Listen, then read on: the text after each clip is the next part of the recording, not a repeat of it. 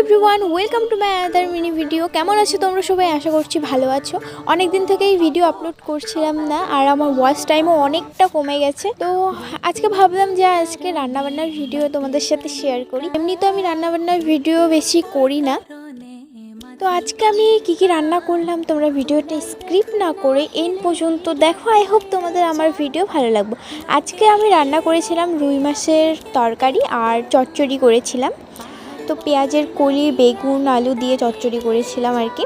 তোমরা কারা কারা এই ছোটো মাছগুলো চচ্চড়ি খেতে ভালোবাসো? আর পেঁয়াজের কলি দিলে তো চচ্চড়ির টেস্টটা আরও দ্বিগুণ বেড়ে যায়। তোমাদের সাথে কথা বলতে বলতে আমার চচ্চড়িটাও হয়ে গেল, মাছ দিয়ে নামিয়ে নিলাম।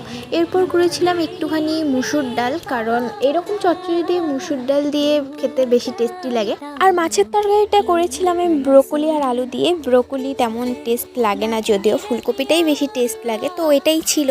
তো ভাবলাম ব্রোকলি দিয়েই তরকারিটা করি। তরকারির জন্য মশলাটাও শিলনোড়াতে বেটে নিচ্ছিলাম। আগে তো আমি শিলনোড়াতে মশলা করতেই পারতাম না, হাত জ্বলতো লঙ্কা বাটলে। তো এখন আস্তে আস্তে সব অভ্যাস হয়ে গেছে।